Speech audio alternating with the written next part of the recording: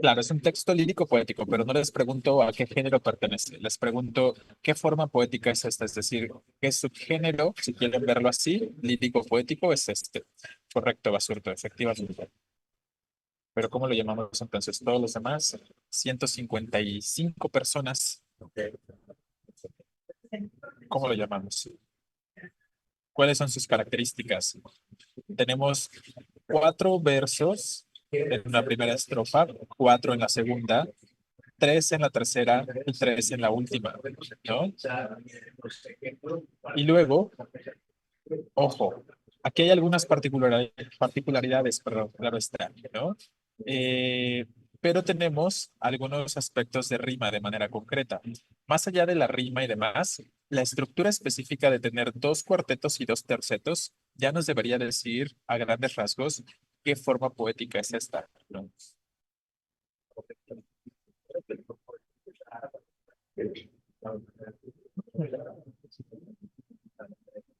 Justo, efectivamente, para todos aquellos que están planteando que es un soneto, así es, ¿no? Se trata de un soneto de forma concreta. Probablemente, si nos pusiéramos a contar la cantidad de sílabas por versos, tal vez no juntaríamos la idea de, o no reuniríamos los aspectos o las características del soneto tradicional, que si se acuerdan, dijimos que el soneto tradicional se caracteriza por tener versos de 11 sílabas, ¿no? ¿Cuántas sílabas tiene el primero? Cuando a, sé bien tu paz, 40 inviernos, ¿no? Tenemos 11 ahí. La tercera, vamos a ver el tercer verso que se ve bastante breve. Tu juventud altiva vestidura, ¿no? A pesar de que se ve un poquito más corto, también son 11 versos. Entonces, probablemente si nos ponemos a contar todos los demás versos en las estrofas, definitivamente se tratará de una cuestión de versos en decasílabos, que hemos dicho que eso es lo habitual con respecto a el soneto de manera concreta. Sí, efectivamente, las rimas no coinciden con el soneto tradicional, pero recuerden, no porque simplemente no guarde la misma rima, ya deja de ser un soneto. Lo que como tal hace, perdón, lo que como tal hace a la estructura del soneto es la idea de que tengamos dos cuartetos y dos tercetos. Eso, con eso ya sería un soneto específicamente. O sea, la estructura que vemos aquí es la que nos señala específicamente la forma del soneto.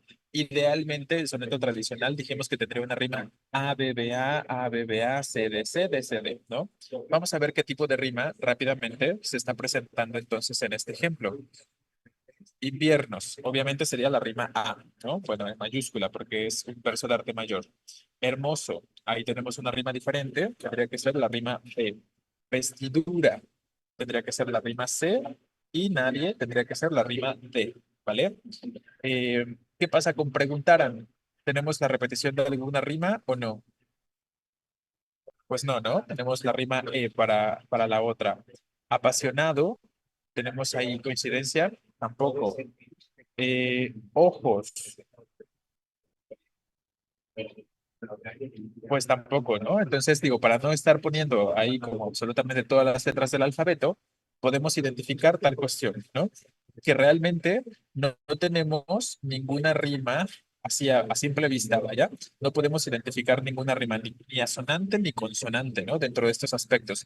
Pero no pasa nada, más allá de la rima, lo que hace realmente a un soneto es la estructura, ¿no? Tener dos estrofas de cuatro versos al principio y dos estrofas de tres versos al final, ¿no? Y eso con esa misma o con esa simple característica estamos hablando de tal cuestión. Si nos ponemos a hacer el conteo, resulta que también son versos endecasílabos. Entonces no pasa nada con que una de las características no se cumplan, ya sea la extensión de los versos, porque de hecho también existen sonetos con versos de 14 sílabas, pueden existir sonetos con versos de 12, de 16 sílabas. Hay una puede haber una variación. Entonces, solo estábamos hablando en ese momento cuando hablamos de las características del soneto tradicional, ¿no? Pero bueno, entonces tenemos claro con que esto es un soneto. Vamos a ir leyéndolo. Cuando asedien tu faz 40 inviernos y ahonden surcos en tu prado hermoso, tu juventud, altiva vestidura, será un andrajo que no mira a nadie. ¿Qué nos está planteando en esa primera estrofa? Si quieren, vamos verso por verso, ¿no? ¿Cuál es la faz? Primero, ¿qué es asediar? Es un verbo, ¿no? Entendemos, ¿qué usaríamos como sinónimo de asediar específicamente? Invadir, claro, ¿no? Como están intentando, como en una guerra, por ejemplo, cuando están asediando un lugar, están como tratando de invadir ese espacio, claro, efectivamente, como llegar a ese punto específicamente, justo, ¿no? Entonces, cuando asedian tu faz, la faz, ¿qué sería? ¿Qué es la faz? Por ejemplo, la faz de la Tierra, ¿qué sería esa parte? ¿A qué referimos? La superficie, ¿no? Efectivamente, justo. Entonces, ¿y cuál es la superficie en nosotros como personas? Pues la piel, el rostro, ¿no? Estamos hablando de alguno de esos aspectos de forma concreta, ¿no? Yo creo que de forma más específica nos referimos en el texto poético al rostro, ¿vale? Entonces, cuando aserien tu faz 40 inviernos, ¿qué serán esos 40 inviernos?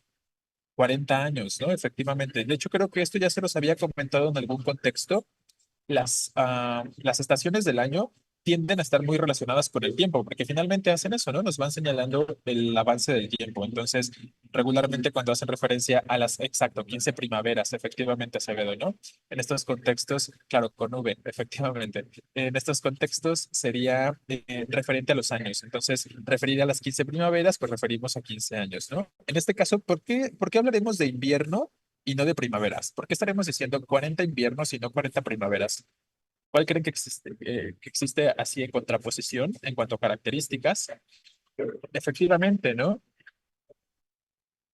Porque es la última estación, ok, pero si lo pensamos en oposición a la primavera,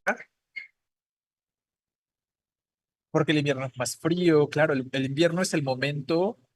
Pues sí, lo podemos relacionar justo con la vejez, ¿no? Efectivamente, como lo están mencionando, es el final, efectivamente. Entonces, la primavera lo relacionamos con la juventud, ¿no?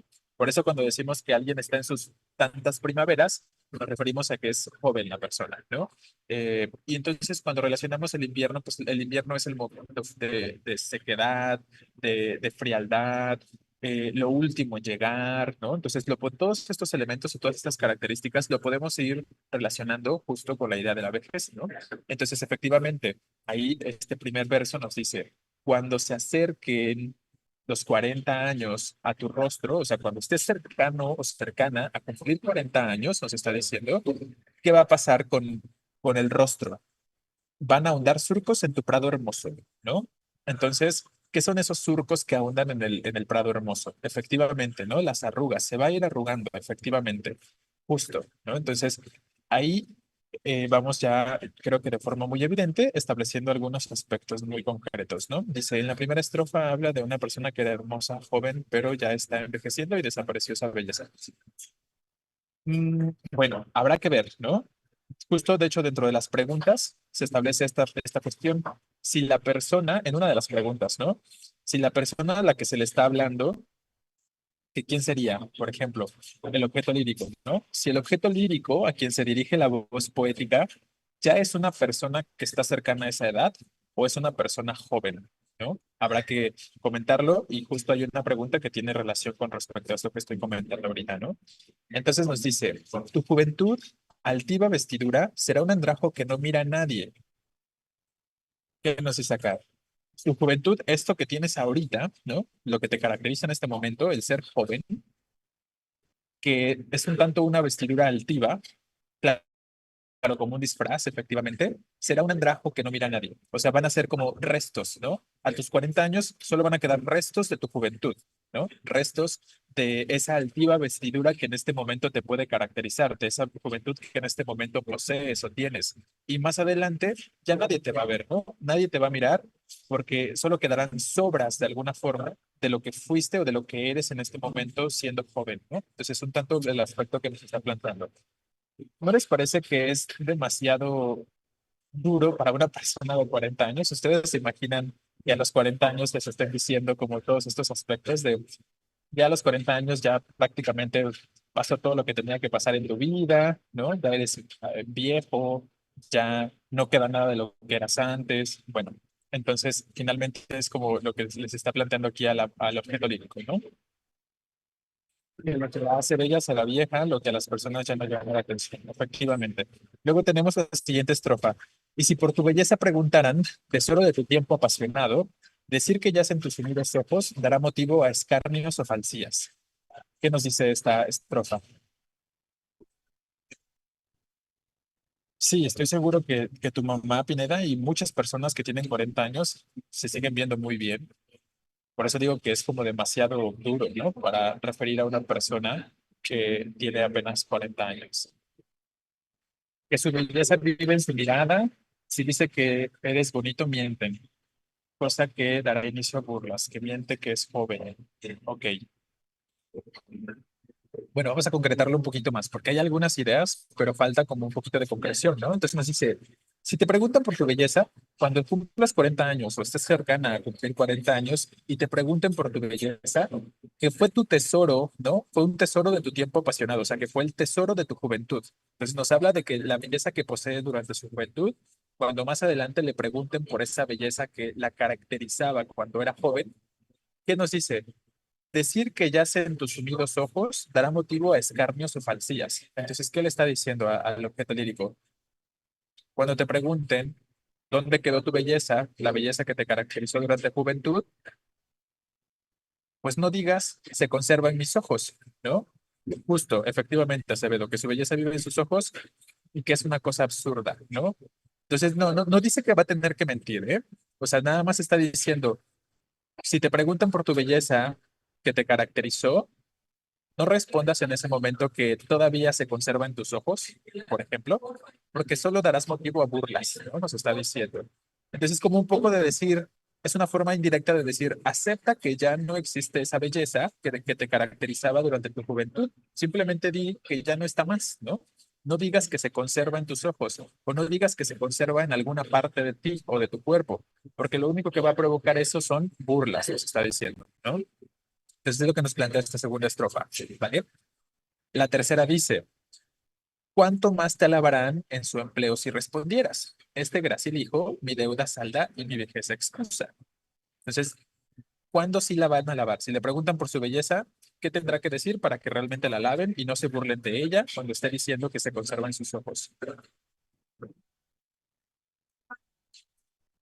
Efectivamente, ¿no? Que heredó su belleza a su hijo, que su hijo es ahora quien tiene esa herencia que en algún momento la caracterizó a ella, ¿no? Efectivamente. Entonces nos dice, este grácil hijo, o sea, este agraciado hijo, mi deuda salda.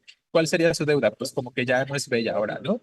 Y mi vejez excusa, que también es la excusa de su vejez, ¿no? Porque claro, ahora como ha tenido que ser madre y ha tenido que criar un hijo, pues también es otro motivo para envejecer, ¿no? Específicamente, ¿vale?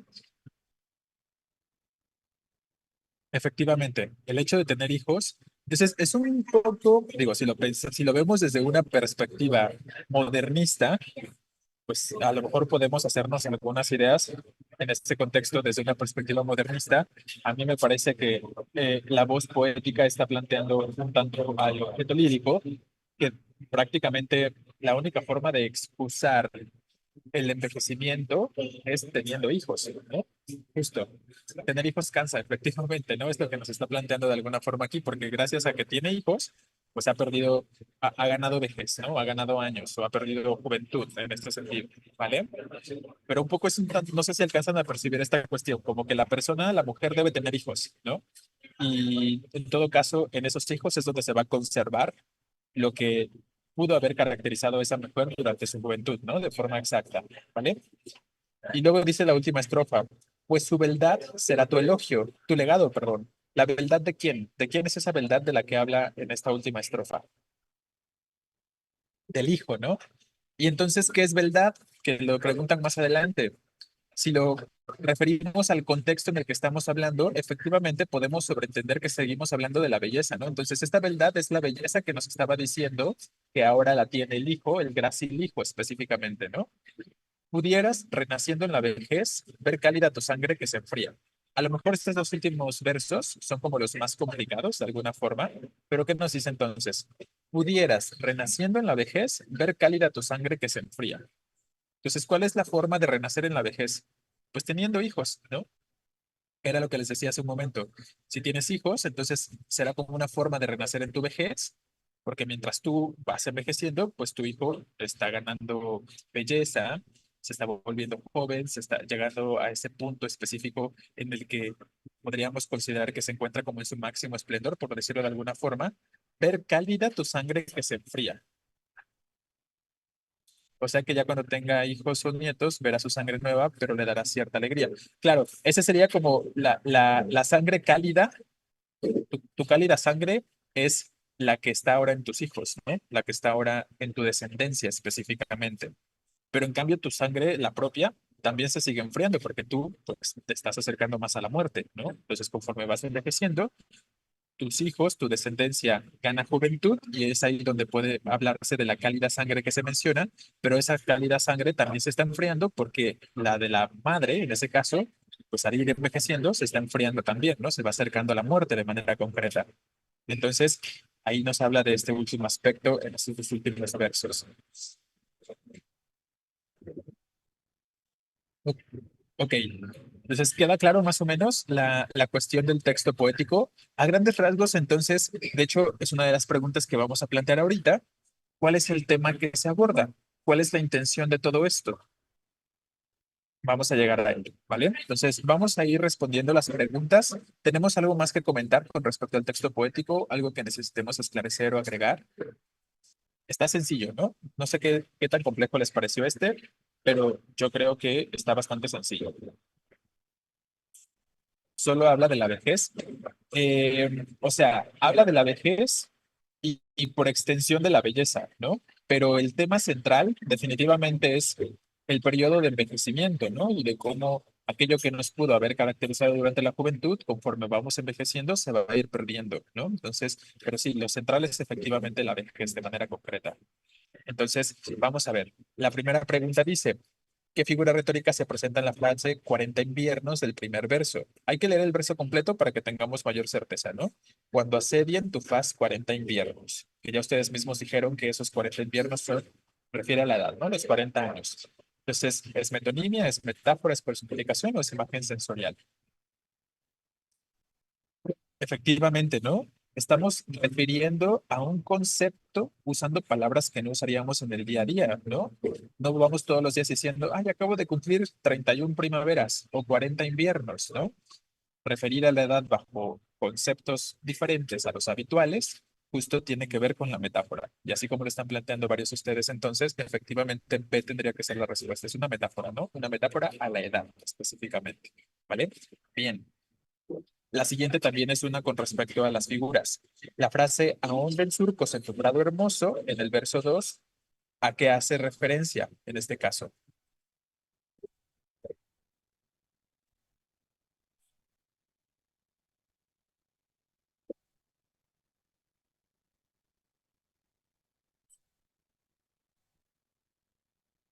¿Sigue siendo metáfora o cambiamos ahí?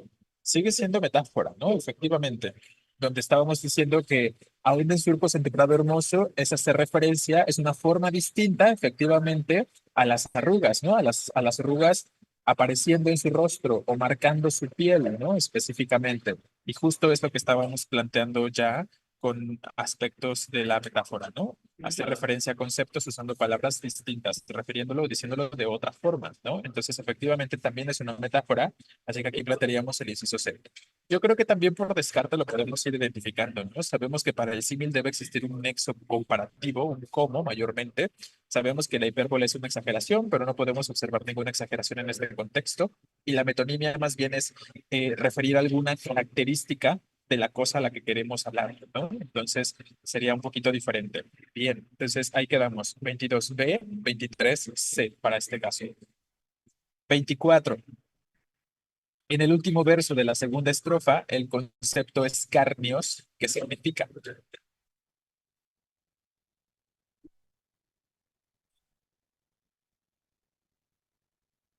justo, ¿no?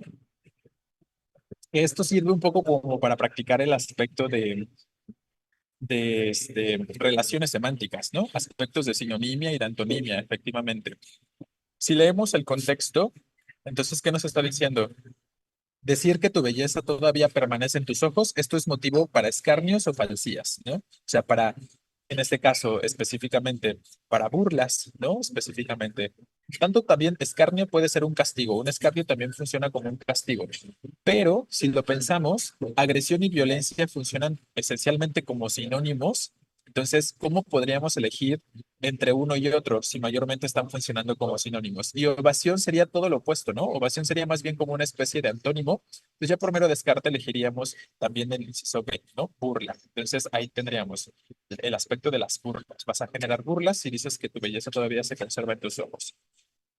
Dice la 25. En la línea 12, la expresión beldad, y ya lo estábamos comentando hace un momentito, desde el propio contexto, ¿no? Desde el propio contexto del poema, podemos deducir que el significado de beldad ahí es belleza, porque es de lo que venimos hablando desde la estrofa anterior, ¿no? Estamos hablando de la belleza del hijo, y entonces, para no repetir nuevamente belleza, lo que se ha repetido en los versos previos, pues se usa un sinónimo, en este caso, la palabra beldad, ¿no? Entonces, efectivamente, A será la respuesta. Y aquí venimos a el aspecto de lo que estábamos comentando ahorita. ¿Cuál es el tema o en concreto la idea principal del texto?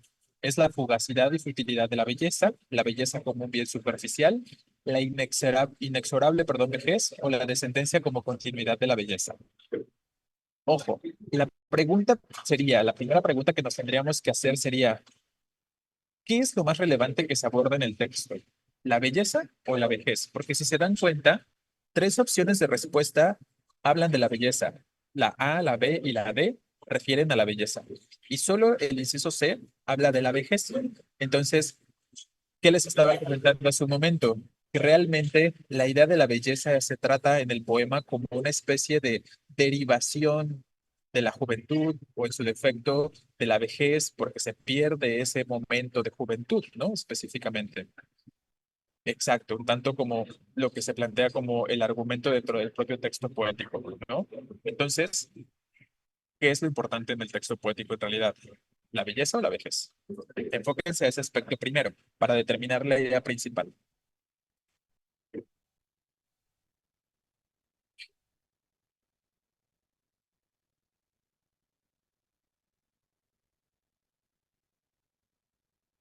Correcto, Ruiz. No, no, no. O sea, la descendencia no es algo que mencioné, ¿no? O sea, literalmente les planteé dos posibilidades, ¿no? Es decir, ¿cuál es el tema central que se aborda? ¿La vejez o la belleza? Porque si se dan cuenta, todas las opciones de respuesta aquí giran en torno a esos dos conceptos, ¿no? Giran en torno al concepto de la belleza o al concepto de la vejez. Papás.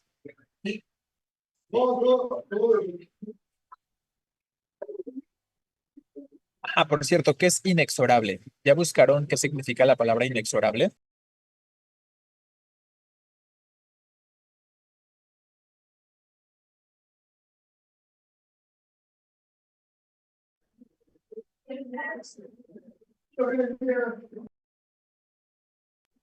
Inevitable, efectivamente, ¿no? Eso significa la palabra inexorable. Entonces, hagan de cuenta que el inciso se dice la inevitable vejez.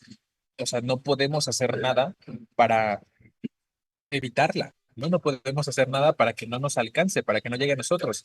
Y es lo que les estaba comentando hace un momento cuando terminamos de leer el texto poético, ¿no? El texto poético está más enfocado a decir, no te enfrasques, no te obsesiones por tratar de defender tu belleza, por tratar de conservar algo que vas a perder. No digas a tus 40 años que conservas belleza en tus ojos, ¿no? No digas que se conserva en alguna parte de tu cuerpo, porque simplemente generarás burla, ¿no? Entonces, más bien, la pérdida de juventud implica entonces la pérdida de belleza. Y obviamente la pérdida de juventud se relaciona con la vejez. Entonces, vean cómo es como si fuera una especie de relación temática escalonada. ¿Me explico? ¿Por qué digo que es escalonada? Porque lo central, lo importante tiene que ver con la vejez, ¿no? Y esa vejez se relaciona en el texto poético con la juventud. Entonces, la juventud se implica dentro del poema, dentro de la vejez, ¿no? Viene implícito dentro de la vejez, la pérdida específicamente de la juventud.